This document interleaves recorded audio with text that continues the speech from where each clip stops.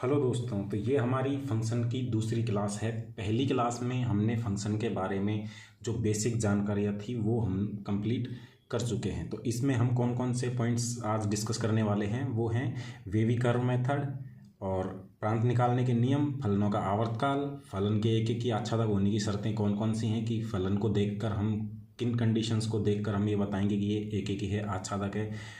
फलन का प्रतिलोमी फलन जैसे इन्वर्स फंक्शन हम निकालते हैं, और फलनों का संयोजन जैसे कंपोजिशन फंक्शन निकालते हैं जैसे जी ओ एफ एफ ओ जी वगैरह। तो आइए हम देखते हैं वेवी कर्व मेथड।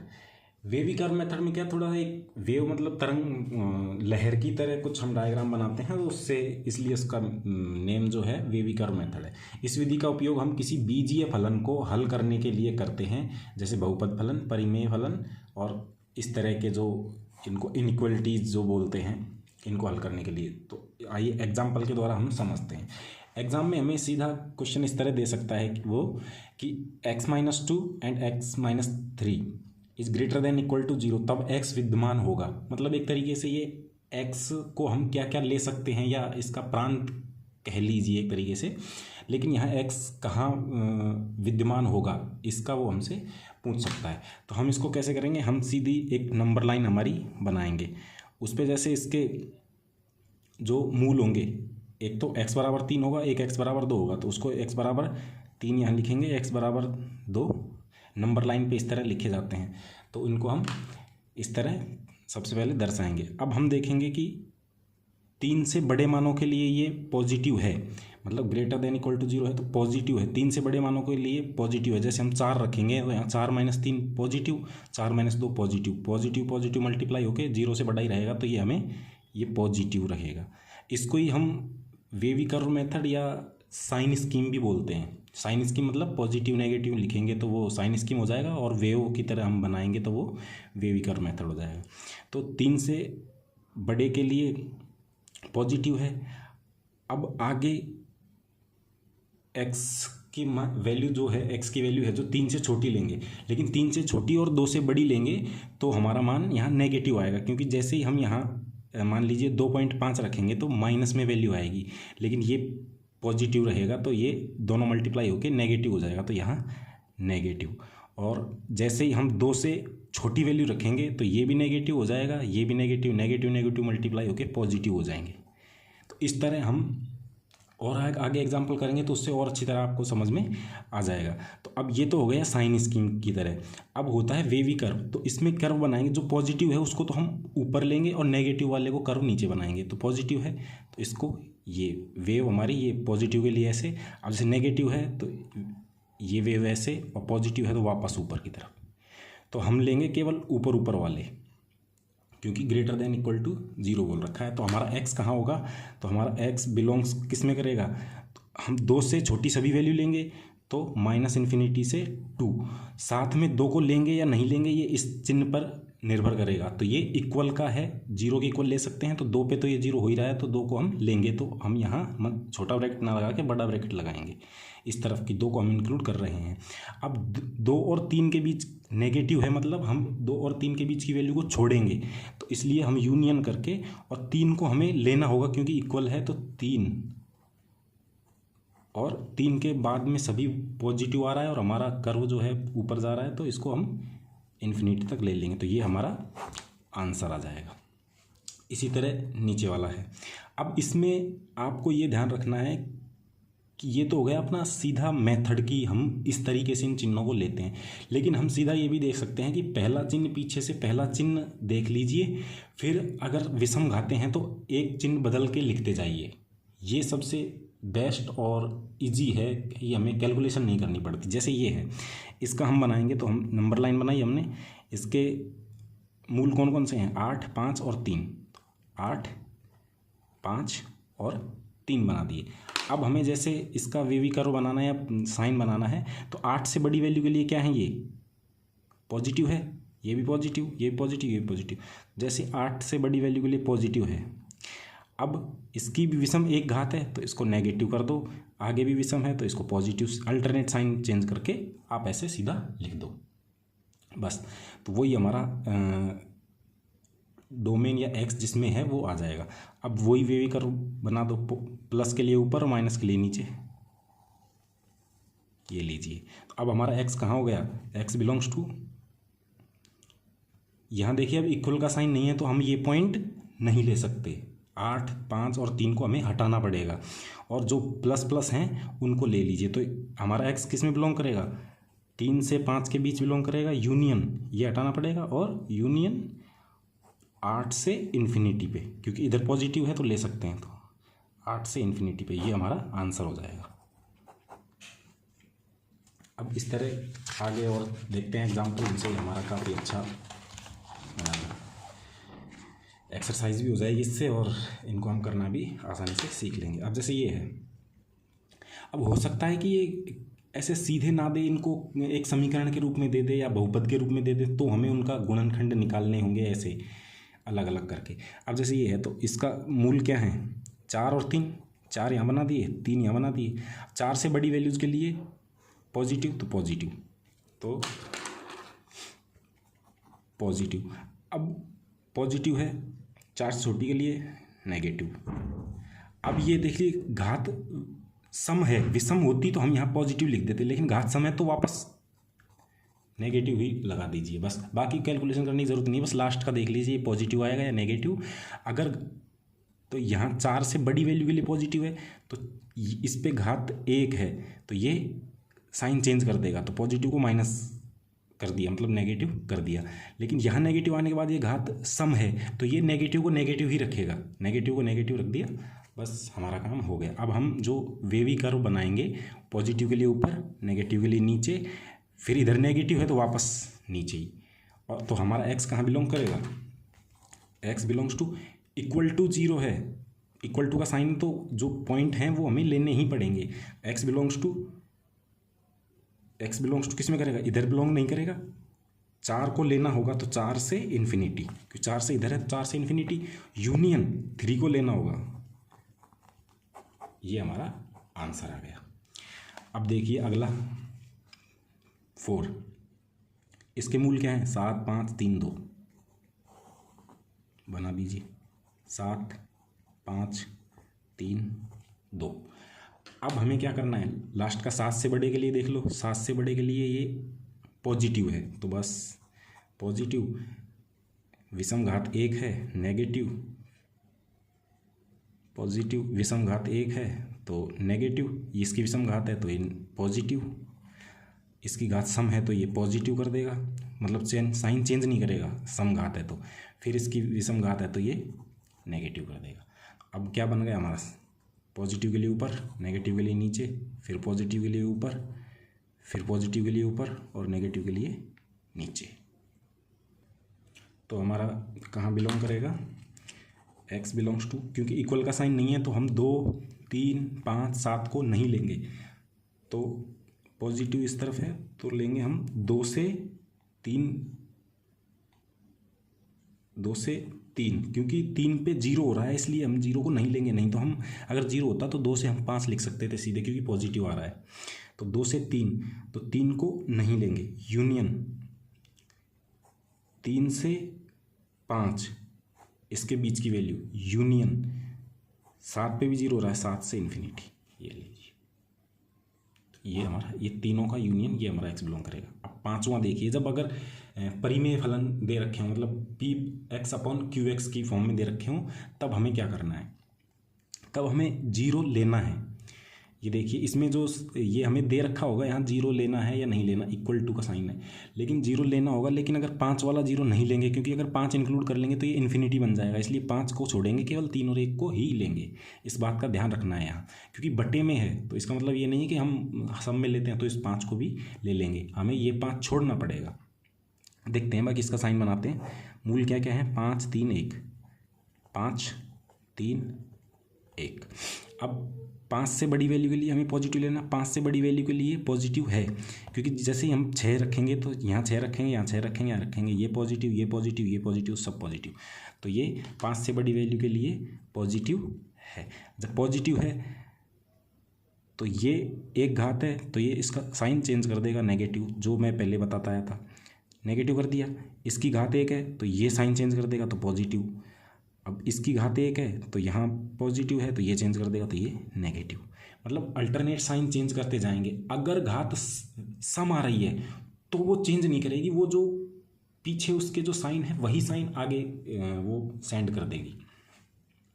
तो इसलिए अब इसका जैसे ही वी कर्व बनाएंगे, ये नेगेटिव के लिए ये, पॉजिटिव के लिए ये और नेगेटिव के लिए ये, तो हमारा एक्स कहाँ बिलोंग करेगा, एक्स बिलोंग्स टू, क्योंकि इक्वल टू 0 है तो हम 1 3 5 लेना होगा, लेकिन 5 अगर लेते हैं यहाँ तो ये हमारा इसको पूरे को इन्फिनिटी कर देगा, जो कि हम नहीं ले सकते। इसलिए केवल हम 5 छोड़ेंगे और 1 और 3 लेंगे, क्योंकि ये 0 बना देगा। तो 0 तो इक्वल लेना है, तो इसलिए हमारा हो जाएगा कि 1 से 3 यूनियन 5 से इन्फिनिटी, ये इस तरीके से। यहाँ 5 क्यों नहीं लिया, क्योंकि 5 नीचे है। अगर 5 को हम लेते हैं तो ये इन्फिनिटी हो जाएगा, जो कि हमें इंक्लूड नहीं करना, वो फलन की परिभाषा ही सेटिस्फाई नहीं करता। अब आ जाइए सिक्स्थ। अब जो सिक्स्थ है उसमें देखिए वही अपना, तो सीधा अपन को क्या देखना है, मूल देखने हैं। 4 3 2 1, 4 3 2 1। अब पॉजिटिव नेगेटिव, क्योंकि ये ग्रेटर देन इक्वल टू 0 है तो इक्वल टू के वैल्यूज़ हम लेंगे, लेकिन बटा में जो इक्वल टू है नीचे उनको नहीं लेंगे, केवल ऊपर वाले लेंगे। ग्रेटर देन है तो पॉजिटिव वाली चीज़ें हमें लेनी है। तो 4 से बड़ी वैल्यूज़ के लिए सारा पॉजिटिव है। सबसे बड़े वाले मान को हो सकता है ये x-4 यहाँ हो, x-3 यहाँ हो, तो हमें जो सबसे बड़ा मूल है उसको देखना है। उससे बड़ी वैल्यूज़ के लिए पॉजिटिव है, तो 4 से बड़ी वैल्यूज़ के लिए पॉजिटिव है तो हम अल्टरनेट साइन चेंज करते जाएंगे। अगर विषम घातें आ रही हैं तो सीधा 4 से छोटा 3 तो विषम है, जो कि नेगेटिव साइन हो जाएगा। ये विषम है तो ये आगे साइन चेंज करके पॉजिटिव भेज देगा। अब ये भी एक घात विषम है तो ये भी नेगेटिव कर देगा, लेकिन जैसे ये नेगेटिव करेगा आगे घात सम है तो ये आगे वही चिन्ह को उसी चिन्ह को भेज देगा। ये लीजिए नेगेटिव। अब हमारा वे भी कर क्या हो, पॉजिटिव के लिए ऊपर, नेगेटिव के लिए नीचे, ये और ये। मतलब 0 तक तो हमें ले जाना है, ऐसा नहीं कि हम यहीं से ही पूरा कर दें, क्योंकि 0 इंक्लूड कर रहा है वो, तो यहाँ से करेंगे। तो अब हमारा x कहाँ बिलोंग कर जाएगा, x बिलोंग्स टू, पहले पॉजिटिव 2 और 3, तो हम 2 को तो लेंगे, लेकिन 3 को नहीं लेंगे, क्योंकि 3 ले लेंगे तो नीचे 0 हो जाएगा। तो इसलिए 3 को नहीं लेंगे, केवल 2 और 3 के बीच की वैल्यू ले लेंगे। यूनियन 3 से 4, तो 3 और 4 को इंक्लूड नहीं करेंगे, उनके बीच की वैल्यू, सॉरी ये जो माइनस है ना, तो इसको नहीं लेना है हमें, तो 3 4 को नहीं लेंगे।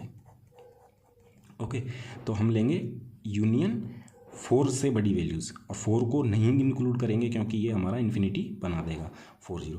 अब इसके बाद में क्या है कि ऊपर के 1 और 2 को भी लेना है, क्योंकि इक्वल टू 0 है तो 0 बना दे वाले ही उस वैल्यू को लेना है, 1 और 2 को भी लेना है। तो हम क्या करेंगे, यूनियन 1 और 2, इसको अलग सेट में यूँ लिखेंगे कि ये अलग अलग हैं, इंटरवल में नहीं है, ये अलग अलग एलिमेंट्स हैं, इसलिए एलिमेंट होंगे। तो ये 2 3 यूनियन 4 इन्फिनिटी यूनियन 1 2, ये हमारा हो गया। और 7th है ये वेवी कर्व मेथड। क्या है, आगे जब अंडर रूट में हम कोई फलन का प्रांत निकालेंगे तो वहाँ ये बहुत काम आता है, इसलिए डोमेन निकालने में इसका यूज होता है, इसलिए थोड़ी इसकी प्रैक्टिस ज़्यादा करवाई जा रही है। और बाकी सीधा भी आ सकता है, बहुत अच्छा मतलब कंसेप्ट है ये। और अब देखिए इसमें, देखिए कि जो है इसमें मूल क्या है, 1 2 3 4 5 6, तो वही अपना बनाइए, 6 5 4 3 2 1। और आप जैसे वीडियो पॉज करके और आप प्रैक्टिस कर सकते हैं इस क्वेश्चन की, बाकी मैं करवा देता हूँ। क्योंकि देखिए अब यहाँ आप ध्यान दीजिएगा, यहाँ x-6 नहीं है, x-6 होता तो 6 से बड़ी वैल्यूज़ के लिए ये पॉजिटिव हो जाता, लेकिन 6 - x है। जैसे ही हम 6 से बड़ी वैल्यूज़ रखेंगे, जैसे मान लीजिए यहाँ 7 रखेंगे, तो ये नेगेटिव हो जाएगा, ये नेगेटिव हो जाएगा। लेकिन सभी पॉजिटिव रहेंगे तो केवल एक नेगेटिव रहेगा, तो वो नेगेटिव हो जाएगा, जो सेटिस्फाई नहीं कर रहा। तो इधर हम क्या करेंगे, तो हम इसको पॉजिटिव नहीं लेंगे, इसको हम नेगेटिव लेंगे, क्योंकि 6 से बड़ी वैल्यूज़ के लिए ये पूरा नेगेटिव है, तो इसको नेगेटिव। अब नेगेटिव आ गया तो हमारा तो वही अल्टरनेट साइन चेंज करते जाइए। अगर विषम घातें हैं तो जहाँ सम घातें आ जाएंगी वहाँ उस साइन को यूँ का यूँ ही हम आगे बढ़ा लेंगे। तो जैसे यहाँ पे नेगेटिव तो यहाँ पॉजिटिव, क्योंकि विषम घात है एक, यहाँ क्या आ गया पॉजिटिव। यहाँ भी विषम घात है तो यहाँ क्या आ जाएगा नेगेटिव। जब यहाँ नेगेटिव आ गया तो यहाँ समघात है तो वो यूँ का यूँ चिन्ह को इसी को ही लिख देगा। यहाँ नेगेटिव आ गया, यहाँ विषम घात है तो ये नेगेटिव को पॉजिटिव में कन्वर्ट कर देगा। यहाँ हम पॉजिटिव आ गए तो यहाँ विषम घात है तो ये नेगेटिव कर देगा। जैसे यहाँ नेगेटिव आएंगे तो यहाँ समघात है तो ये आगे नेगेटिव ही भेजेगी। अब हमारा जो वेवी कर्व है ये तो हो गई साइन स्कीम। अब हमारा वेवी कर्व क्या बोलता है कि नेगेटिव वाले की नीचे से ऐसे लेते हैं, फिर पॉजिटिव, नेगेटिव है तो नीचे, फिर नेगेटिव आ गया तो फिर नीचे, फिर पॉजिटिव आ गया पॉजिटिव, नेगेटिव और नेगेटिव। तो अब हमारा x कहाँ होगा, तो हमारा x होगा, इसमें जीरो इंक्लूड करना है, इक्वल का साइन है तो जीरो इंक्लूड करना है। लेकिन कौन से इंक्लूड करने हैं, केवल ऊपर वाले। नीचे में जीरो इंक्लूड अगर वैल्यू जिस पे जीरो हो रहा है वो कर देंगे तो ये इन्फिनिटी बन जाएगा। इसलिए 6, 5, 4 को नहीं लेंगे, 1, 2, 3 को इंक्लूड करना ही पड़ेगा। तो x बिलोंग्स टू, पहले तो जो डोमेन है अपने इंटरवल उनको ले लेते हैं। सबसे पहले लेंगे 2 और 3, जबकि हम 2 और 3 ले सकते हैं तो इनमें कैपिटल मतलब क्लोज इंटरवल आएगा। यूनियन 5 एंड 6, जबकि 5 एंड 6 नीचे हैं और 5 एंड 6 के बीच की वैल्यू हमें लेनी है तो हम ओपन इंटरवल लेंगे, क्योंकि 5 और 6 को इंक्लूड नहीं कर सकते, नहीं तो ये इन्फिनिटी हो जाएगा। अब बचा क्या, अब बचे हमारे इक्वल टू में जीरो के लिए 1, 2 और 3। तो 2 और 3 तो हमने ले लिए। अब बचे क्या 4 हम ले नहीं सकते, 5 हम ले नहीं सकते, 6 हम ले नहीं सकते, तो हम 1, केवल हमारा एक है तो यूनियन 1, ये हमारा आंसर हो जाएगा। ठीक है, अब देखते हैं और क्या नहीं। अब ये हमारा जो वेवी कर्व का जो कॉन्सेप्ट था ये एकदम क्लियर हो चुका है। अब हम देखते हैं कि किसी फलन का प्रांत कैसे निकालते हैं, मतलब डोमेन कैसे निकालते हैं। तो कुछ फलन जो जैसे नॉन फलन होते हैं, जिस तरह की हम जानते हैं कि ये फलन जैसे e⁻x है, log x है, sin cos tan cosec cosec ये फलन है, तो ये इनको हम सीधा जानते हैं तो इनका सीधा याद भी रखेंगे। इनका ऐसा नहीं कि हम डायग्राम बनाने जब बैठ रहे हैं और फिर उसका डोमेन निकाल रहे हैं या कोई इसकी कोई ट्रिक है जिससे डोमेन निकालें, नहीं। जो है वो जो वेल नोन फंक्शन है उनका हम सीधा याद रखेंगे। जैसे तो पहले प्रांत होता क्या है कि माना फलन f(x) है, तब x के उन मानों का समुच्चय या अंतराल, मतलब x की वो वैल्यूज जिन पर फलन f(x) स्पष्ट परिभाषित हो, मतलब वो परिभाषित हो सीधा, ना इन्फिनिटी पे जाए ना कोई कॉम्प्लेक्स नंबर बनाए, तो बस वो सीधा रियल नंबर दे दे निकाल के x की वैल्यू रखते ही, तो वो हम उस बिंदु को प्रांत में लेंगे। तो सीधा परिभाषित हो या कोई वास्तविक मान ग्रहण करता हो।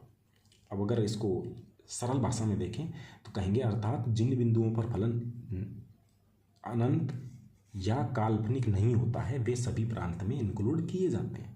ठीक है, अब विभिन्न फलनों के प्रांत जो डिफरेंट फंक्शंस जो हैं उनके डोमेन क्या क्या हैं, वो वैसे तो हम पिछली सेट वाली में या फंक्शन वाली क्लास में, पिछली जो क्लास थी उसमें देख चुके हैं, लेकिन फिर भी एक जगह इनकी लिस्ट बना दी गई है कि ट्रिग्नोमेट्रिक फंक्शंस, तो इनको तो हम देख ही चुके हैं कि साइन कोस टेन कोसेक और इन्वर्स वाले भी, और इन्वर्स ट्रिग्नोमेट्रिक जो फंक्शन है उनके दोनों के मैं पहले करवा चुका हूँ, जो फंक्शन की पहली क्लास थी उसमें। तो चरघातांकी फलन क्या होता है, e⁻x और a⁻x का टाइप के जो फलन होते हैं वो होते हैं, उनका प्रांत क्या होता है r, और परिसर क्या होता है दिस 0 to ∞, क्योंकि उनका ग्राफ ऐसे इस तरीके से बनता है। तो ये y पे जो कहाँ वैल्यू लेंगे, ये 0 से बड़ी वैल्यू लेंगे, 0 भी नहीं होंगे, 0 से बड़ी वैल्यू लेंगे, तो परिसर ये बनता है। प्रांत क्या होता है, पूरा x कवर करते हैं, इसलिए ये प्रांत इनका r होता है। फिर हमारा आता है लॉगरिथमिक फलन, लघुगण की। तो लॉग का जैसे हम देखेंगे लॉग इस तरह होता है, वो उसकी कुछ कंडीशन साथ में देते हैं कि जो बेस होता है वो कैसा होना चाहिए और जो x होता है वो नेगेटिव नहीं होना चाहिए। तो वो प्रांत के लिए क्या है कि 0 से हम इन्फिनिटी की ओर लेते हैं। तो इसमें जीरो भी नहीं रखते, लॉग में कभी भी जीरो नहीं रखते। और तो प्रांत होता है जीरो से इन्फिनिटी, क्योंकि एक्स की वैल्यू जीरो टू इन्फिनिटी जाती है, लेकिन जीरो इंक्लूड नहीं होता। प्रांत हो गया जीरो टू इन्फिनिटी, परिसर हो गया आर। मापांक फलन, ये हम पहले पढ़ चुके हैं। मापांक फलन का, क्योंकि मॉड्यूलस क्या देता है, पॉजिटिव वैल्यूज देता है। लेता क्या है, रख तो हम कुछ भी सकते हैं उसमें, तो पूरा आर डोमेन होता है, लेकिन रेंज जीरो टू इन्फिनिटी, मतलब positive Z positive, union zero. ठीक है, अब ये परिसर होता है। महत्तम पूर्णांक फलन, ग्रेटेस्ट इंटीजर फंक्शन का डोमेन आर होता है, जबकि निकाल के क्या देता है हमें, ये पूर्णांक जेड निकाल के देता है।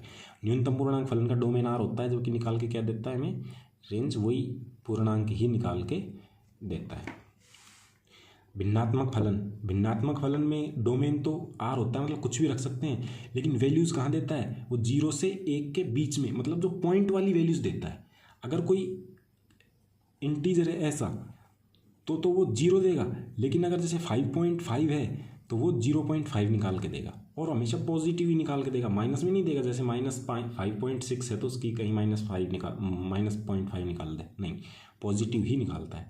तो ये डोमेन हो गया, और ये रेंज मतलब प्रांत और परिसर। सिग्नम फलन का डोमेन आर होता है, रेंज होती है -1, 0 और 1, क्योंकि सिग्नम फलन होता कैसा है, सिग्नम फलन होता है 1 जब x इज ग्रेटर देन 0, -1 जब x इज लेस देन 0, और 0 जब x इज ग्रेटर देन 0। इसलिए ये तो होता है रेंज। जबकि डोमेन क्या होता है, डोमेन रख तो पूरा आर सकते हैं ना बस। अब देखिए, अब ये तो हो गए वेल नोन फंक्शन, जो हमारे सारे थे जितने भी वेल नोन फंक्शन हो गए। अब यदि कोई वो फंक्शन बना के दे दे, जैसे अंडर रूट में दे दिया उसने कि अंडर रूट मतलब अंडर रूट f(x) में दे दिया प्रकार का हो, तब जो हमारा फलन है उसका प्रांत क्या होगा, तब प्रांत वही होगा कि ये कहाँ मतलब परिभाषित हो सकता है। और परिभाषित कब हो सकता है, बस किन बिंदुओं पर नहीं होगा, आर में से उनको हटा देंगे। तो किन बिंदुओं पर नहीं होगा, f(x) यदि नेगेटिव में चला गया ना ये, तो अंडर रूट के अंदर नेगेटिव में तो आपको पता है कि ये कॉम्प्लेक्स नंबर बना देती है जो रियल में नहीं होती है। तो हम कुछ भी रख सकते हैं, बस ऐसी चीज़ ना रखें, ऐसी वैल्यू ना रखें x की कि ये अंदर f(x) नेगेटिव हो जाए। तो वही प्रांत दिखा रखा है। प्रांत डी कैसा है कि r में से वो सभी बिंदु हैं जो f(x) को 0 या 0 से बड़ा बना दे, जो मतलब नेगेटिव ना बनाए, केवल उनको हटा दिया है।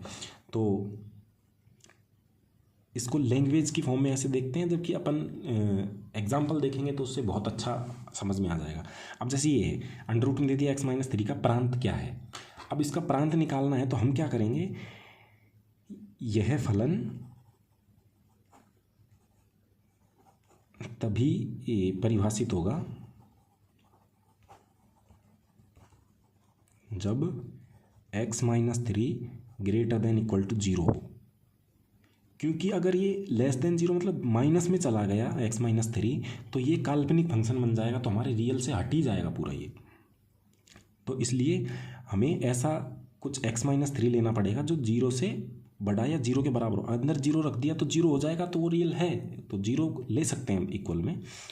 तो हमारा यहाँ से x क्या निकलेगा, वही हमारा प्रांत हो जाएगा। तो x निकलेगा हमारा x is greater than equal to 3, जो कि हमारा प्रांत है। प्रांत क्या हो गया, प्रांत इसको लिखेंगे कैसे, ये लीजिए आंसर। बस हमें ये देखना है कि अंडर रूट के अंदर माइनस नहीं हो, ग्रेटर देन इक्वल टू लेना है हमें।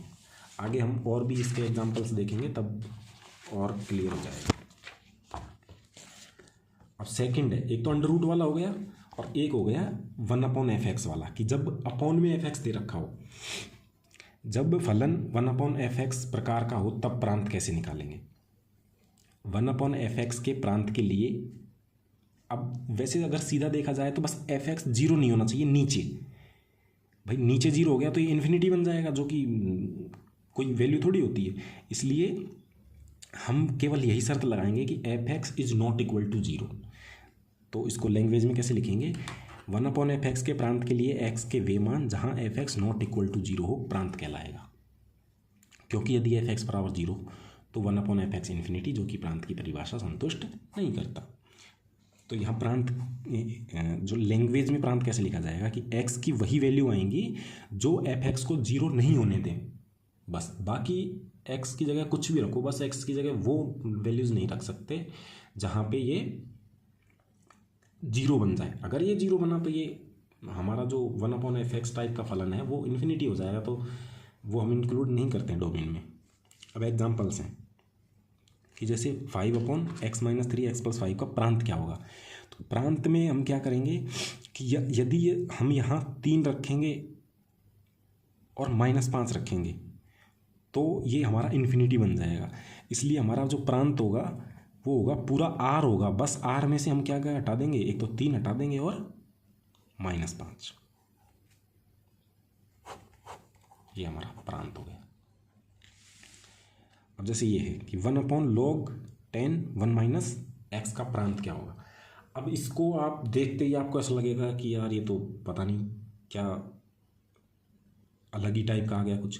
तो हमें करना कुछ नहीं है, जो हम थ्योरी पढ़ के आए हैं, अगर हमारी थ्योरी मजबूत है तो हम किसी भी प्रकार के क्वेश्चन को डील कर सकते हैं। हमने तो ये देख रखा है 1/fx टाइप का है, तो हमारा fx नॉट इक्वल टू 0 होना चाहिए। तो अब fx नॉट इक्वल टू 0 कब होगा, जब fx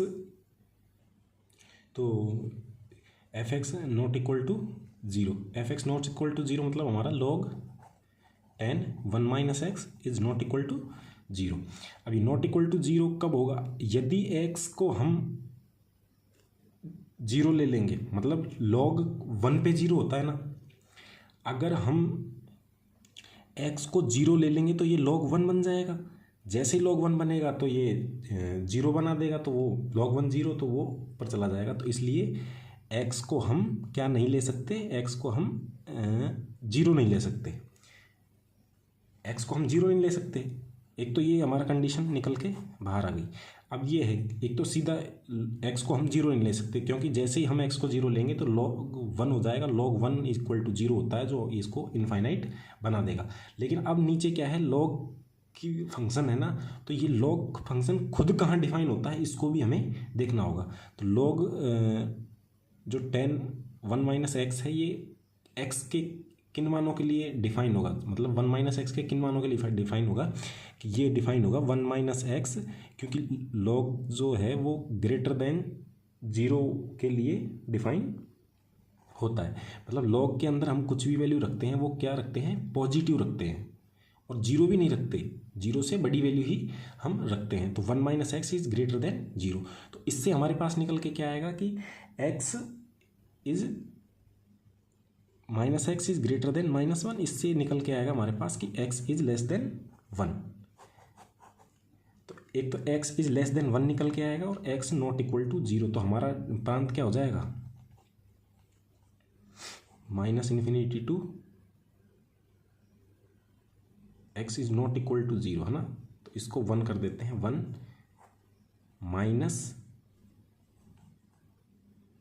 - 0 इस तरह लिख दें, या फिर इसको लिखने का सीधा यही रहेगा कि -∞ टू 1 को इंक्लूड नहीं कर रहे, इसमें से भी माइनस क्या कौन सा एलिमेंट घटाएंगे, 0। ये हमारा आंसर। ये अगला क्वेश्चन है। अब अगला क्वेश्चन इस प्रकार है कि उसी का थोड़ा सा मॉडिफिकेशन है कि 2 दे दिए यहाँ पे, तो और कंडीशंस जुड़ के जो कॉमन आएगा वो हमारा आंसर हो जाएगा। तो इसका तो जो प्रांत हमने निकाल ही लिया ये वाला, तो ये इसका क्या निकाला, जो ये आएगा -∞ टू 1 माइनस ये, इसका क्या होगा, इसका निकालेंगे। तो इसको कैसे करेंगे, x + 2 is greater than equal to 0। तो इससे क्या हो जाएगा, x is greater than equal to -2, -2 से बड़ी वैल्यूज।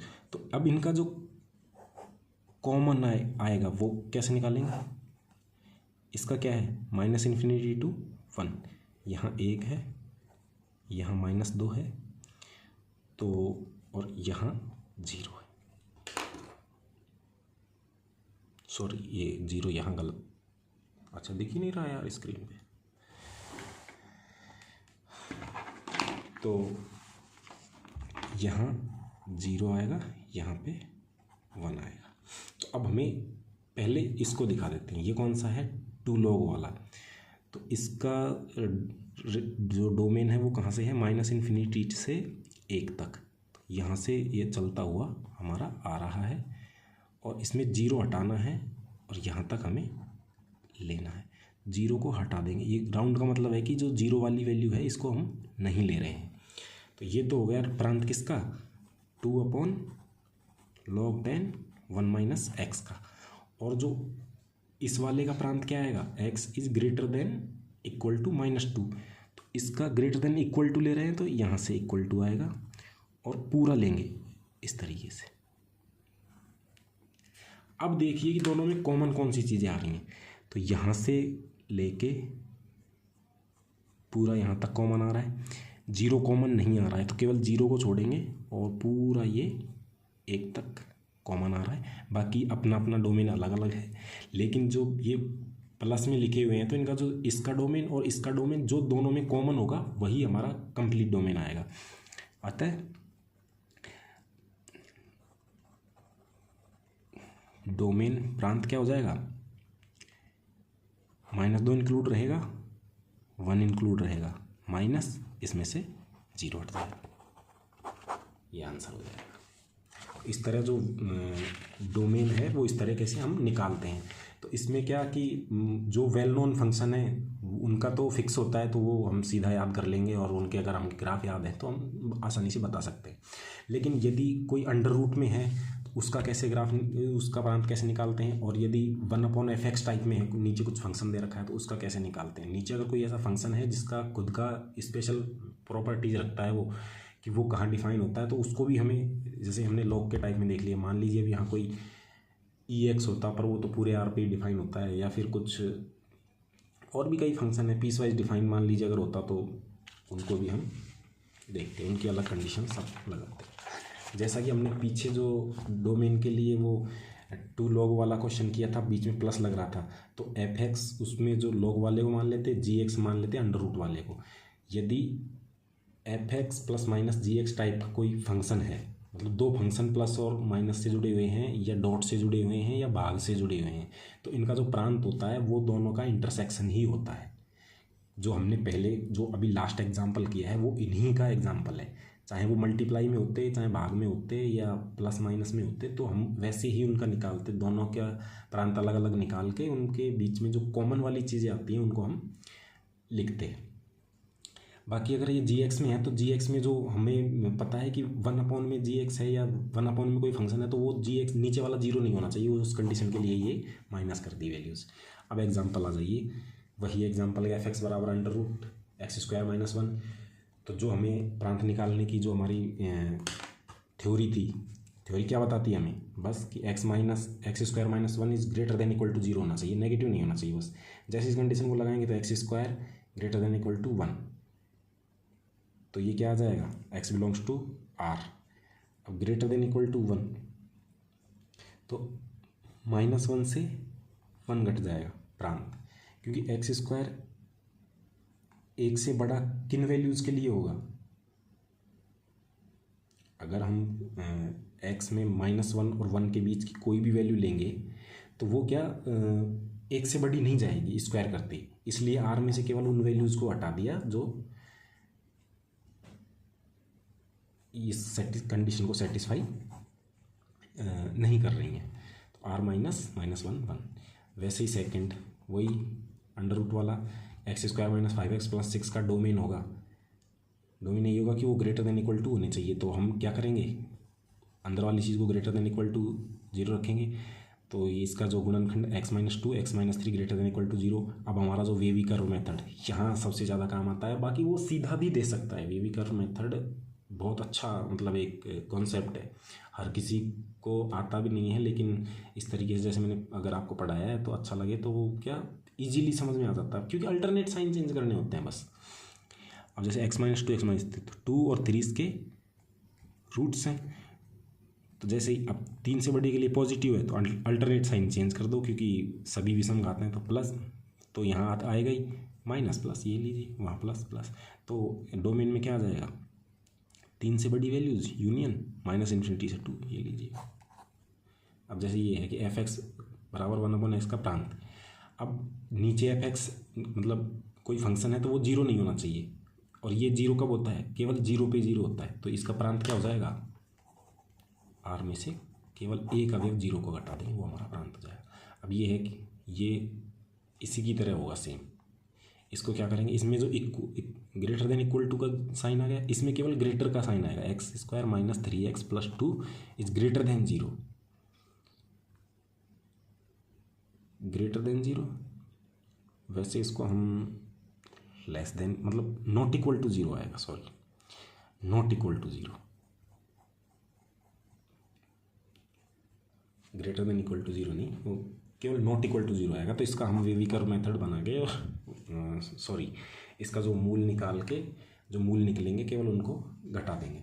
अब आता है थर्ड, 2/x² - 4 का डोमेन। अब वही चाहे इसको कर लीजिए चाहे इसको कर लीजिए, तो x² - 4 is not equal to zero. अब यहाँ से जो x निकलेगा उसको घटा देंगे केवल, x² बराबर 4, तो x² is not equal to 4, तो नॉट इक्वल टू 4 होगा तो ही हम लेंगे। अब ये 4 कब होता है, +2 और -2 पे होता है, तो केवल वही दो वैल्यूज़ हम घटा देंगे आर में से। इसी तरीके से यहाँ से हम जो निकाल के आएगा वो उसको रख देंगे। जैसे हम अगर हम करें भी इसको तो इसका क्या निकालेंगे, x² -2x - x, क्योंकि ये -3 और मल्टीप्लाई करेंगे तो +2 is not equal to zero, x -2 is not equal to zero, x -2 और x -1 is not equal to zero. तो इसमें से 1 और 2 को हम घटा देंगे, यही हमारा आंसर।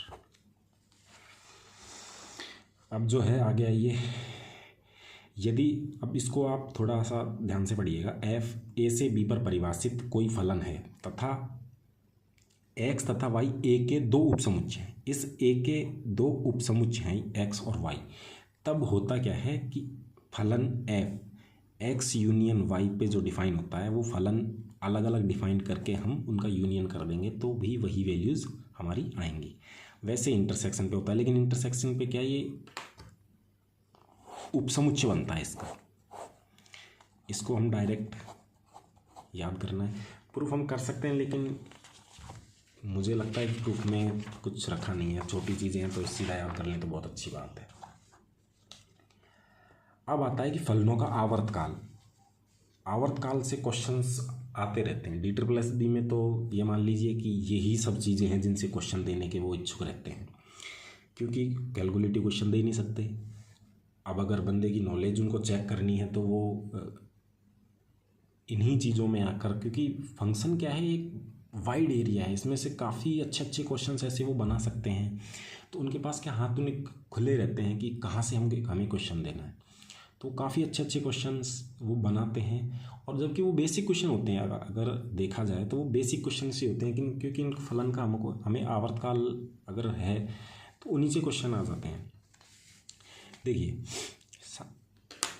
ट्रिग्नोमेट्रिक फंक्शंस का आवर्तकाल तो मैं बता चुका हूँ, पर फिर भी एक बार साइन कोस कोसेक और सेक, क्योंकि साइन और कोस के उल्टे कोसेक और सेक होते हैं तो इनका दोनों का आवर्तकाल 2π होता है।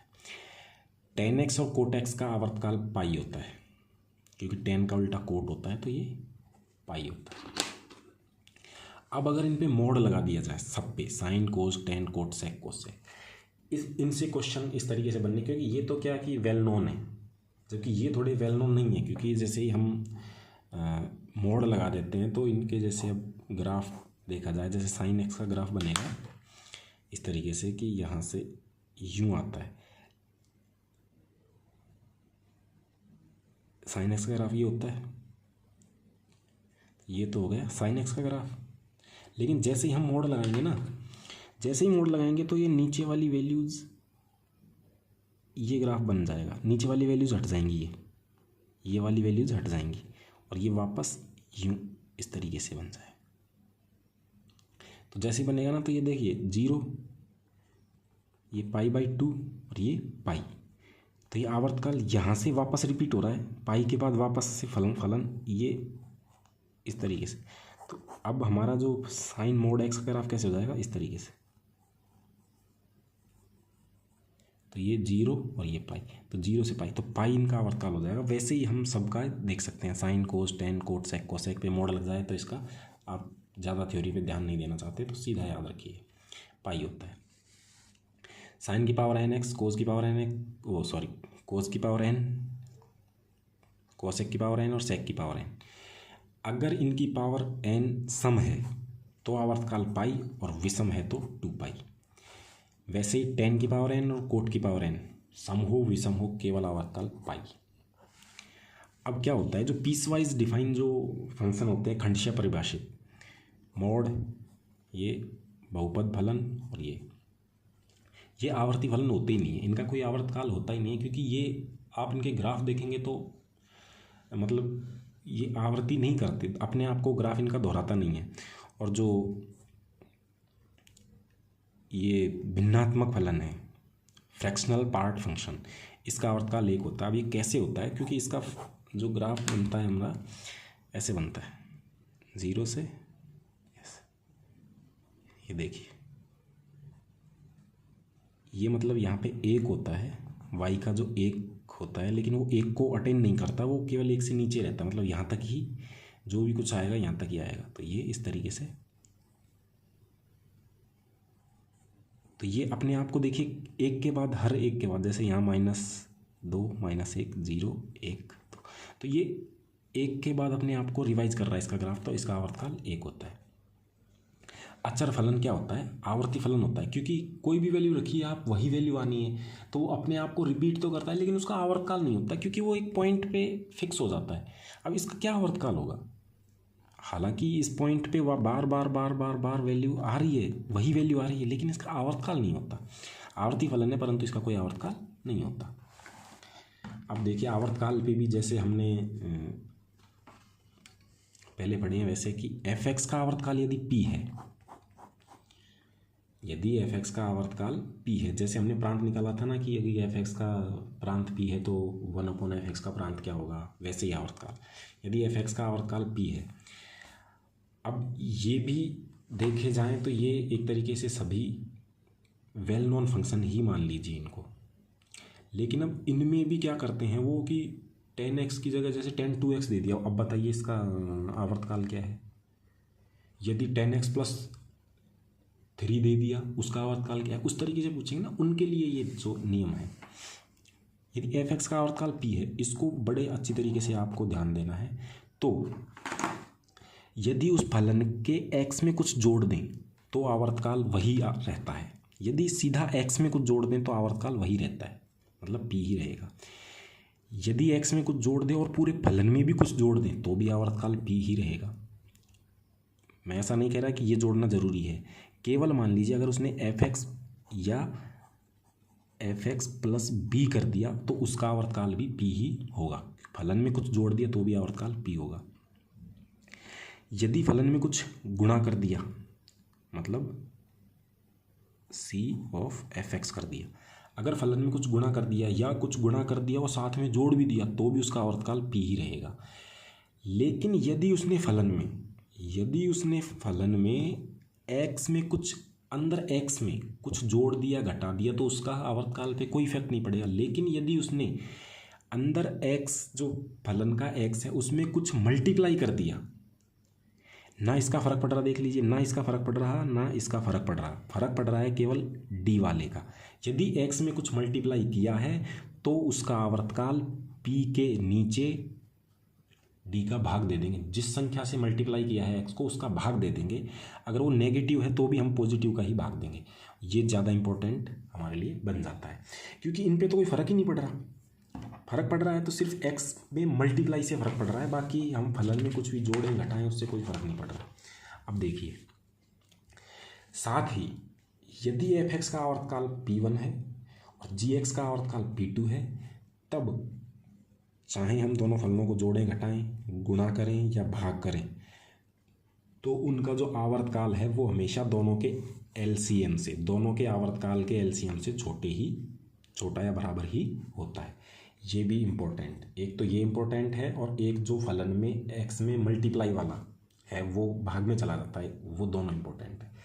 अब आइए हम देखते हैं ये जो क्वेश्चंस हैं ये थोड़े से अलग हटके हैं, मतलब जैसे साइन एक्स कोज एक्स इनका तो सब जानते हैं, लेकिन अब साइन एक्स प्लस 2 का आवर्तकाल क्या होगा, क्योंकि साइन एक्स का आवर्तकाल क्या है 2 पाई, साइन एक्स का आवर्तकाल 2 पाई है, तो हमें पता है कि अगर फलन में एक्स में कुछ जोड़ें या घटाएं तो आवर्तकाल पर कोई प्रभाव नहीं पड़ता, तो इसका आवर्तकाल 2 पाई ही हो जाएगा।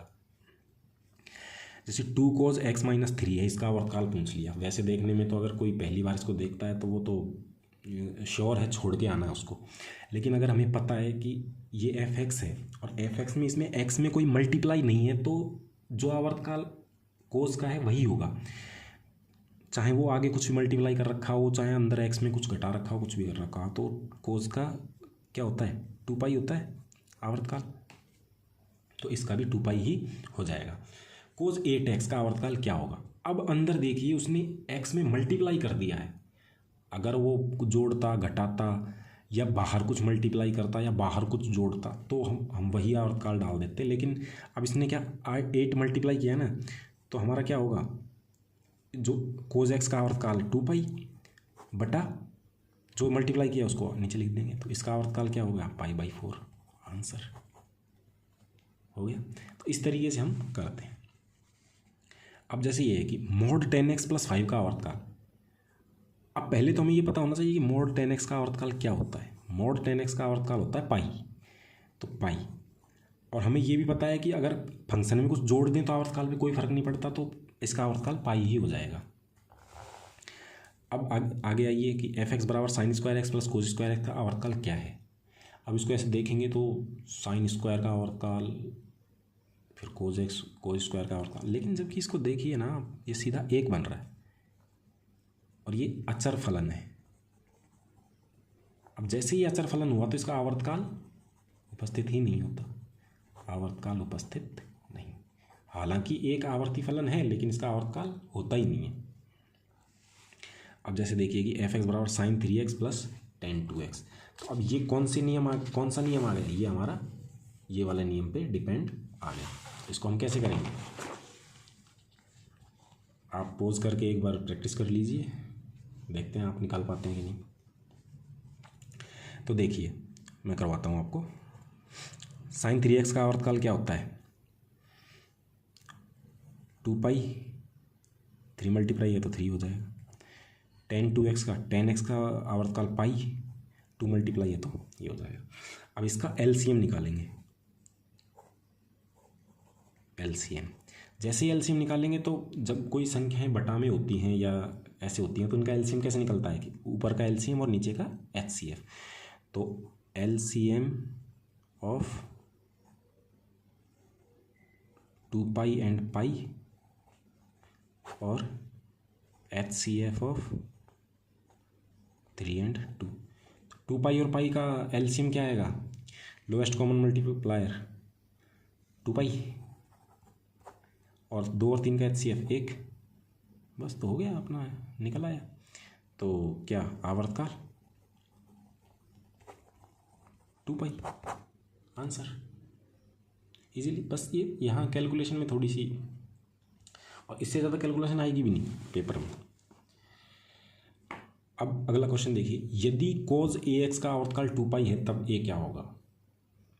आवर्तकाल में जब आपको पूरी थ्योरी अगर मालूम है तो कैसे भी घुमा के क्वेश्चन पूछ ले आप क्लियर करेंगे उसको। cos ax का आवर्तकाल 2 पाई इसने दे रखा है, तो आपको क्या करना है, तो हम cos ax का पहले तो आवर्तकाल देखेंगे ना क्या होता है, cos का क्या होता है 2 पाई, a मल्टीप्लाई कर रखा है तो a, तो ये हमारा आवर्तकाल इसका निकला है, जबकि दे क्या रखा है 2 पाई, तो इससे a की वैल्यू निकालिए तो a यहाँ जाएगा, तो a = 2 पाई नीचे कट के 1, आंसर। अब देखिए 3x का आवर्तकाल क्या है, क्योंकि 1/3 क्यों आया ये, क्योंकि हमें पता है कि इसका आवर्तकाल क्या होता है 1, अब एक x में कुछ मल्टीप्लाई कर दिया 3 तो उसको बटा में 3 लिख देंगे, इसलिए उसका आवर्तकाल ये होगा। मतलब थ्योरी क्लियर है तो फिर कुछ भी दे दे। अब 3 फ्रैक्शनल पार्ट ऑफ x का आवर्तकाल क्या होगा, हमें पता है कि इसका आवर्तकाल 1 होता है। अब फिर चाहे बाहर इसमें कुछ भी मल्टीप्लाई करो, x में अंदर मल्टीप्लाई कर दिया तो वो बटे में आएगा, लेकिन बाहर कुछ भी मल्टीप्लाई करो तो फर्क ही नहीं पड़ना, तो आवर्तकाल 1 ही रहेगा। साइन एक्स क्यूब का आवर्तकाल डज नॉट एग्जिस्ट। इसको थोड़ा सा अपने स्तर पे देख लेना, याद कर लेना। अब कोट पाई एक्स प्लस ये, इसका आवर्तकाल क्या होगा, क्योंकि दो फंक्शन एफ एक्स प्लस जी एक्स आ गए, दोनों का एलसीएम लेके करेंगे अपन। तो कैसे करेंगे, कोट पाई एक्स, कोट का आवर्तकाल क्या होता है पाई, जबकि पाई में पाई मल्टीप्लाई कर रखा है तो पाई का में पाई का भाग देंगे पहले, तो पाई बाई पाई। एक्स का क्या होता है एक, तो ये भी एक और ये भी एक, एक और एक का एलसीएम एक, तो ये हमारा आवर्तकाल में आंसर आ जाएगा। वीडियो 2 इसलिए बनानी पड़ी क्योंकि काफ़ी अच्छा मैटर है और इसको ज़्यादा जल्दी करके नहीं उड़ा सकते, तो बड़े आराम से पढ़ें। 2 वीडियोज़ में अच्छा कंटेंट आपको मिल जाएगा। अब हमारा आता है कि फलनों को एक एक या आच्छादक चेक करने का तरीका। एक एक या आच्छादक से काफ़ी क्वेश्चंस पिछले एग्जाम्स में आए हुए हैं, तो इनको हमें देखने के लिए हमें कैसे देखना होगा, तो जो नियम आपके सामने लिख रखे हैं उनको देखिए। पहले फलन का यदि संभव है तो ग्राफ बना लो, ठीक है। अब क्या होता है कि एक्स अक्ष के समांतर किसी भी रेखा को, अगर एक्स अक्ष के समांतर हम ऐसी कोई भी रेखा खींचने में सफल हुए कि वो वक्र को, जो ग्राफ को 2 जगह काटे, तो हम कह देंगे कि ये एक एक ही नहीं है। एक एक ही नहीं की हम कंडीशन ये पहली है कि यदि फलन का संभव हो तो ग्राफ पता करें। यदि एक्स के समांतर किसी भी रेखा को वक्र 2 बार काट रहा है तो वह एक एक ही नहीं है।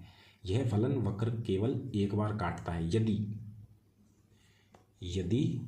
यह फलन वक्र को केवल एक बार काटता है तो ही एक एक ही होगा।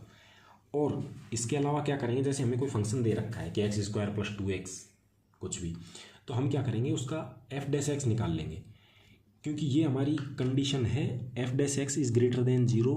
ये है एक दिष्ट वर्धमान की। अगर कोई फलन एक दिष्ट वर्धमान है, मतलब ऐसे बढ़ता ही जा रहा है, तो इसका आप खींचिए एक्स एक्स के सापेक्ष लाइन, वो एक बारी काटेगी, तो इसलिए वो एक एक ही होता है। इसलिए एफ डैश एक्स निकालें और वो ग्रेटर देन 0 है या लेस देन 0 है, मतलब एक दिष्ट ह्रासमान है या एक दिष्ट वर्धमान है, तो फलन हमारा एक एक ही होगा। और यदि एफ डैश एक्स कहीं भी 0 के इक्वल आ गया, 0 के इक्वल आ गया किसी भी एक पॉइंट पे भी, तो हमारा हम कह देंगे कि वो एक एक ही नहीं है। ये तो वही ग्राफ बाय ग्राफ के उससे कि अब जैसे एग्जांपल्स हैं, एफ आर से आर पे डिफाइन है, जहाँ एफ एक्स बराबर एक्स स्क्वायर है, तो एक्स स्क्वायर का जैसे हम ग्राफ बनाएंगे तो हमें पता है कि ये परवलय टाइप बनेगा, तो जैसे ही हम बनाएंगे तो लाइन खींचेंगे तो ये 2 जगह काटेगा। अब इसको हम एफ डैश एक्स से भी देख सकते हैं, जैसे एफ डैश एक्स करेंगे तो 2x, जो कि x बराबर 0 पे 0 हो रहा है, तो ये एक एक ही नहीं है। चाहे डायग्राम से देख लीजिए, चाहे डैश से करके देख लीजिए, 2 नियम तो ये हैं। और जैसे एफ एक्स बराबर x/2 है, ये एक एक ही आच्छादक है, कैसे है, तो एफ डैश एक्स करेंगे तो 1/2, जो ऑलवेज पॉजिटिव रहता है, कभी 0 होगा ही नहीं, तो ये हमेशा एक एक ही फलन होगा। अब कुछ फलन डोमेन अलग टाइप के दे देगा, तो यदि हमें ऐसा दे रखा है कि डोमेन उसने खुद ने दे रखा है, डोमेन और रेंज अगर खुद ने दे रखी है उन्होंने क्वेश्चन में या थ्योरी में अगर दे रखी है आपको डोमेन, तो हमें केवल उसी पे ध्यान देना है। ऐसा नहीं है कि हम आर पे ही सोचे जा रहे हैं, नहीं, अगर डोमेन और रेंज दे रखी है तो केवल उसी के अंदर हमें सोचना है। तो एफ एक्स क्या है, मोड एक्स, तो मोड एक्स का हम जैसे ही ग्राफ बनाएंगे -1 और 1 के बीच में, तो ये हमारा ये 0 है, ये -1 1, और जैसे बनाएंगे तो ये इस तरह, जैसे ही अगर हम लाइन खींचेंगे, क्योंकि मोड एक्स में जब भी आप लाइन खींचोगे तो ये एक्स अक्ष के समांतर लाइन खींचोगे तो ये हमेशा वक्र को 2 जगह कट करेगा। अब वो -1 और 1 के बीच में खींच लो चाहे कहीं खींच लो, तो ये एक एक ही नहीं होगा। अब आच्छादक के लिए क्या क्या देखेंगे, आच्छादक के लिए जो -1 और 1 है, ये पूरे को कवर कर रहा है या नहीं कर रहा वाई पे, तो वाई पे -1 कहाँ है, यहाँ, और 1 कहाँ है, यहाँ, तो वाई की केवल 0 से 1 को ही कवर कर रहा है, ये -1 से 0 कवर नहीं कर रहा, तो ये आच्छादक भी नहीं है। तो onto graph does not cover values of complete values of -1 to 1 in between, so not onto भी नहीं है, क्योंकि ये इन वैल्यूज को छोड़ रहा है। अब एक अलग रूल और है एक एक और आच्छादक के लिए, जो विषम घात का अगर कोई बहुपद दे रखा है आपको, विषम घात का जो बहुपद है वो हमेशा एक की ओर आच्छादक होता है। इसको आप बिल्कुल एक रूल की तरह याद रखिए, क्योंकि हमें पता है कि जैसे एक्स क्यूब है तो एक्स क्यूब का ग्राफ इस तरह बनेगा। तो ये देखिए, एक तो एक ही है, कहीं भी इसकी लाइन खींच दो आप, कहीं भी लाइन खींच लो वो एक जगह ही काटेंगी, ठीक है। और इसके अलावा ये वाई पे पूरी वैल्यूज़ को कवर कर रहा है। वाई पे देखिए, इस वैल्यू के पे लिए यहाँ है, पूरा वाई को कवर कर रहा है। तो ये एक की भी है और आच्छादक भी है। लेकिन जो समघात है, समघात का बहुपद ना एक ही होता है ना ही आच्छादक होता है। ये नियम आपको बहुत काम आने वाले हैं आगे चल के, क्योंकि ये ऐसे हैं कि केवल ये नियम हमें पता है तो हम एक स्टेप आगे सोच सकते हैं सीधा। नहीं तो हमें ये चीज़ें, ये छोटी छोटी चीज़ें बेसिक्स हैं, वो हमें कहीं भी एकदम ऐसे बेसहारा की तरह छोड़ देती हैं, खड़े रहो भी। आप कुछ मतलब उससे आगे सोच ही नहीं सकते। बस ये छोटी छोटी चीज़ें बेसिक अपने क्लियर करते जाइए, आगे आने वाली बड़ी चीज़ों में कॉन्फिडेंस अपने आप बढ़ता जाएगा। नहीं तो ये छोटी चीज़ें एकदम हम अटक के खड़े हो जाते हैं कि यार अब क्या करेंगे। अब देखिए, किसी भी फलन का प्रतिलोम फलन, प्रतिलोम मतलब inverse function, F inverse x उपस्थित होने की शर्त यह है कि वह फलन एफ एक्स एक की वह आच्छादक हो। आपको एक की और आच्छादक के लिए वो सीधा ये भी दे सकता है कि फलन प्रतिलोमी है या नहीं। बस, तो हम क्या चेक करेंगे, क्वेश्चन में अगर दे दिया कि बताइए कि ये फलन प्रतिलोमी है या नहीं है, तो हम क्या चेक करेंगे, हम चेक करेंगे कि ये एक की और आच्छादक अगर दोनों में से कोई भी नहीं हुआ तो ये फलन प्रतिलोमी नहीं होगा। तो एक की आच्छादक इन्वर्स फंक्शन से कनेक्टेड है। जब मैंने साइन इन्वर्स, कोज इन्वर्स, टेन इन्वर्स की रेंज और रेंज बताई थी, तब मैंने एक की आच्छादक का जिक्र किया था कि साइन इन्वर्स तभी एग्जिस्ट करेगा जब वो एक की आच्छादक होगा जिस डोमेन में, उसी पे डिपेंड करेगा।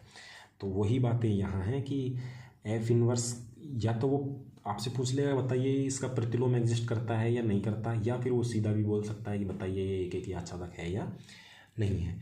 तो अब जैसे ये है कि फलन एफ एक्स मोड एक्स का प्रतिलोम फलन होगा, एफ आर टू आर दे रखा है। तो अब हमें तो पता है प्रतिलोम फलन तो होना चाहिए, तो इनमें से कोई ना कोई आंसर हम लगाएंगे। लेकिन हम पहले ये देखेंगे कि मोड एक्स एक की और आच्छादक है भी या नहीं है। और हमें पता है कि मोड एक्स एक की आच्छादक होता ही नहीं है, क्योंकि मोड एक्स अगर आप इस तरह बनता है, वाई की कंप्लीट वैल्यू को लेता ही नहीं है, ये वाई पे बिलोंग करता है 0 से इन्फिनिटी, इस तरीके से। तो ये वाई की इन वैल्यूज़ को छोड़ रहा है, तो ये आच्छादक नहीं है, ना ही एक की है, क्योंकि जैसे हम लाइन खींचेंगे दो जगह काटेगी, ना एक की ना आच्छादक, तो ये इसका प्रतिलोम डज नॉट एग्जिस्ट होगा।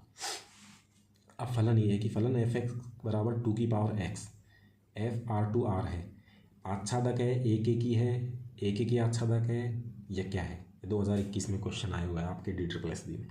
आप देखिए, जैसे 2 की पावर एक्स का e की पावर एक्स की तरह ग्राफ बनेगा, ये लीजिए ऐसा ग्राफ बनेगा, यहाँ से मतलब इस तरीके से ग्राफ जाएगा। अब देखिए ये एक ही तो है, जो भी लाइन खींचेंगे वो एक बार ही काटेगी, लेकिन आच्छादक नहीं है, पूरा यहाँ से इन चीज़ों को छोड़ रहा है, ये वाई की इन वैल्यूज़ को छोड़ रहा है, तो आच्छादक नहीं है। तो अतः यह एक ही है पर आच्छादक नहीं है, बस। अब किसी फलन का प्रतिलोमी फलन, इन्वर्स फंक्शन। इन्वर्स फंक्शन वैसे डेफिनेशन आपको पता होगा कि अगर एफ एक्स से वाई जा रहा है तो एफ इन्वर्स वाई से एक्स पे आएगा। थोड़ा सा इसी तरह है कि माना एफ एक्स से वाई पर परिभाषित है, तब फलन एफ का प्रतिलोमी एफ इन्वर्स उपस्थित होने की प्रथम व एकमात्र शर्त यह है कि फलन एफ एक की और आच्छादक होना चाहिए। ये तो प्रथम और एकमात्र शर्त है, बस ये है तो उसका प्रतिलोमी फलन विद्यमान होगा। अगर वो एक के आच्छादक में से कोई भी नहीं है, यदि फलन एक ही के आच्छादक में से एक भी नहीं है तो इन्वर्स उपस्थित नहीं होगा। ये तो हो गई इसकी थ्योरी। अब इसको बाय डायग्राम देखते हैं कि यदि कोई फलन एफ है वो एक्स से वाई में परिभाषित है, तो जो एफ इन्वर्स होगा जो वाई से एक्स में परिभाषित होगा। और यहाँ जो एक्स की वैल्यूज़ हैं उनको हम एफ इन्वर्स वाई कह सकते हैं, और क्योंकि यहाँ जो वैल्यू होती है वाई, उनको वाई बराबर एफ एक्स हम कहते हैं। तो एफ एक्स से वाई में होगा तो एफ इन्वर्स वाई से एक्स में होगा। यदि फलन एफ एक्स का प्रतिलोम फलन एफ इन्वर्स ज्ञात करने की विधि, यदि नहीं लगाना चाहिए था मेरे को, मैं सीधा एग्जाम्पल पे जा पहुंचा। तो एफ इनवर्स कैसे निकालते हैं किसी फंक्शन का, जैसे साइन कोस टेन कोस, इनका तो सीधा इनवर्स लगा के और इस तरह बता दिया। अगर कोई हमें बहुपद के रूप में फलन दे रखा है, जैसे ये फलन है, इसका हमें इनवर्स निकालना है, तो इसका इनवर्स कैसे निकालेंगे? सबसे पहले एफ एक्स को वाई रख देंगे, तो वाई बराबर एक्स माइनस 5/2, और हम क्या करेंगे यहाँ से बस एक्स की वैल्यूज़ निकाल लेंगे, एक्स बराबर जो भी आएगा वही फिर हमारा फलन हो जाएगा। तो क्या करेंगे, सबसे पहले वाई बराबर ये रख दिया एक्स माइनस 5/2। अब क्या करेंगे, एक्स को एक तरफ कर लेंगे, बाकी को वाई के रूप में ले जाएंगे। तो ये देखिए 2y बराबर एक्स माइनस 5, एक्स को एक तरफ रखेंगे और पूरा इधर कर देंगे, तो x बराबर 2y, इधर जाएगा प्लस में हो जाएगा 2y प्लस 5। तो अब जो ये 2y प्लस 5 है, x एक तरफ हो गया और यहाँ पे कुछ भी आए, अब केवल x सिंगल x होना चाहिए इस तरफ, यहाँ जो भी आया है तो वो F inverse y 2y plus 5। तो अब 2y प्लस 5 है तो इसको y वेरिएबल है, इसको x वेरिएबल में लिख देंगे, तो 2x प्लस 5, एफ इनवर्स बराबर 2x प्लस 5 हमारा प्रतिलोम फलन हो जाएगा। अब उसी तरह x³ प्लस 8, तब एफ इनवर्स क्या होगा, तो वही y बराबर x³ प्लस 8, x³ बराबर y माइनस 8, x बराबर y माइनस 8, ये लीजिए। तो एफ इनवर्स x क्या हो गया, ये घनमूल हो गया ना, ये तो x माइनस 8 है।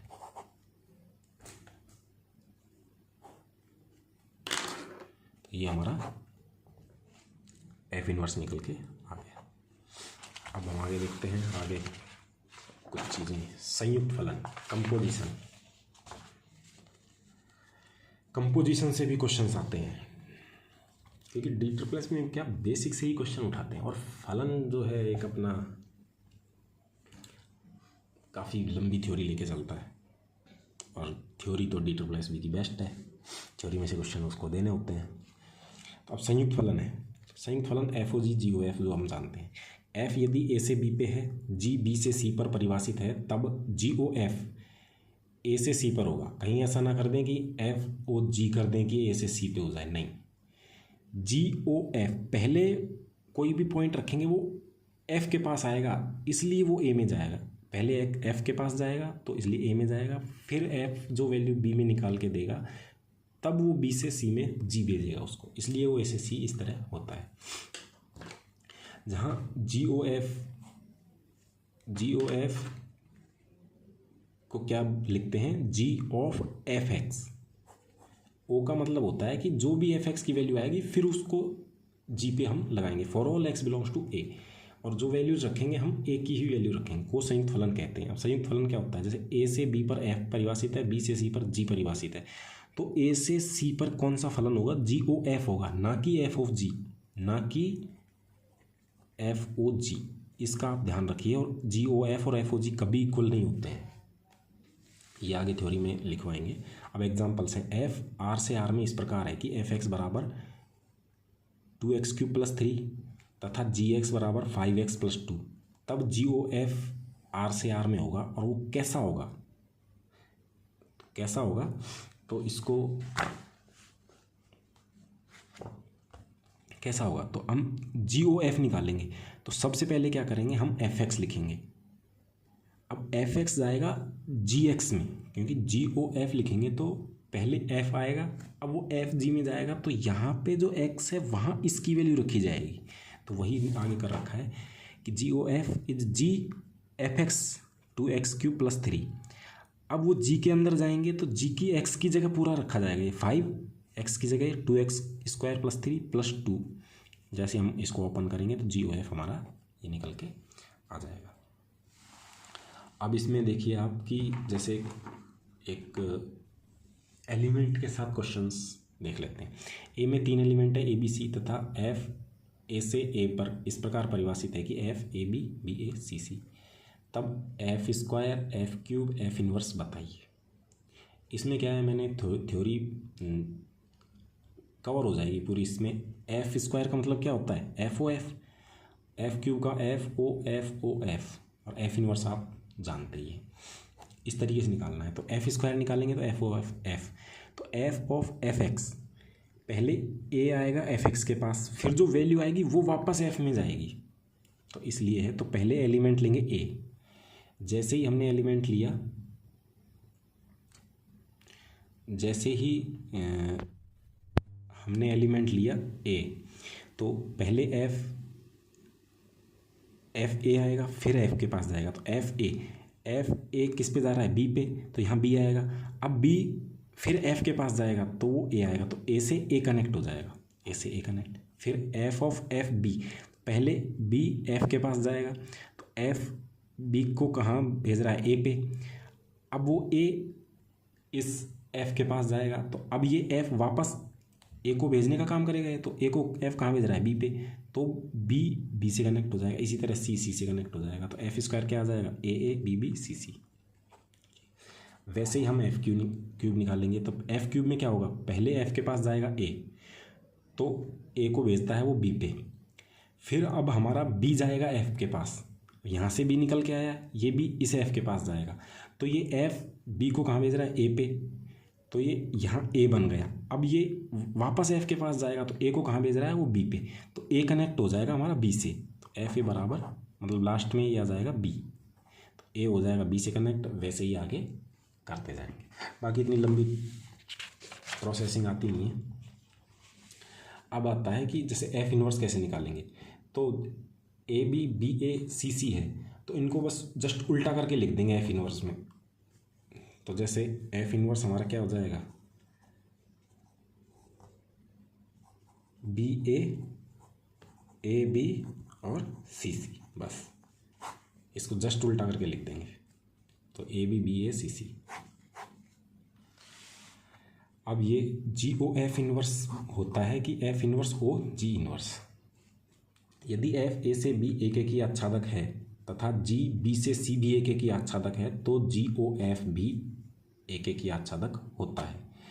अतः G O F inverse exist करेगा, क्योंकि अगर जी ओ एफ का इन्वर्स है तो जी ओ एफ एक एक की आच्छादक होगा, तो ही इसका इन्वर्स एग्जिस्ट करेगा। जबकि ये कंडीशन अगर निकल के आती है तो जी ओ एफ एक एक की आच्छादक है, तभी हम ये लिख पा रहे हैं, ठीक है।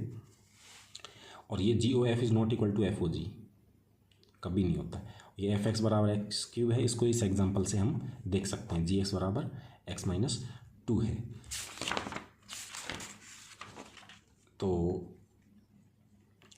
जैसे हम जी ओ एफ निकाल लेते हैं, जी ओ एफ जैसे निकालेंगे तो पहले x, g of f x x cube,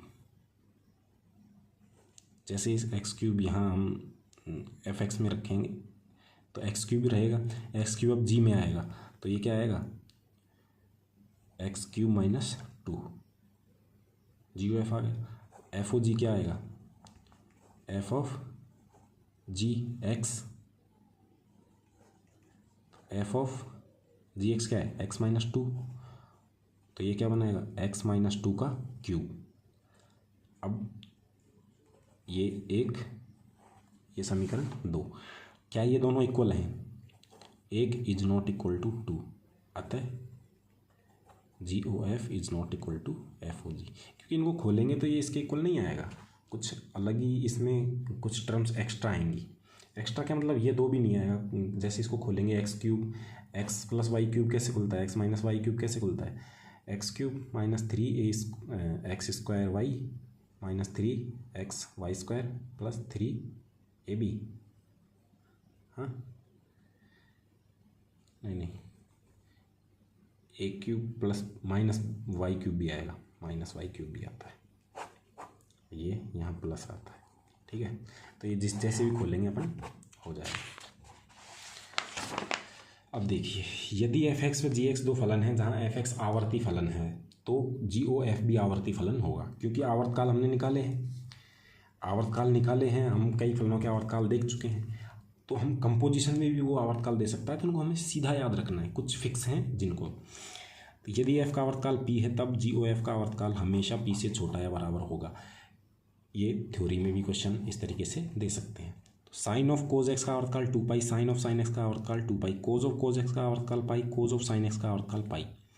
इसको ऐसे याद रखना है कि अगर बाहर साइन है तो 2 पाई, बाहर कोज है तो पाई आवर्तकाल होता है।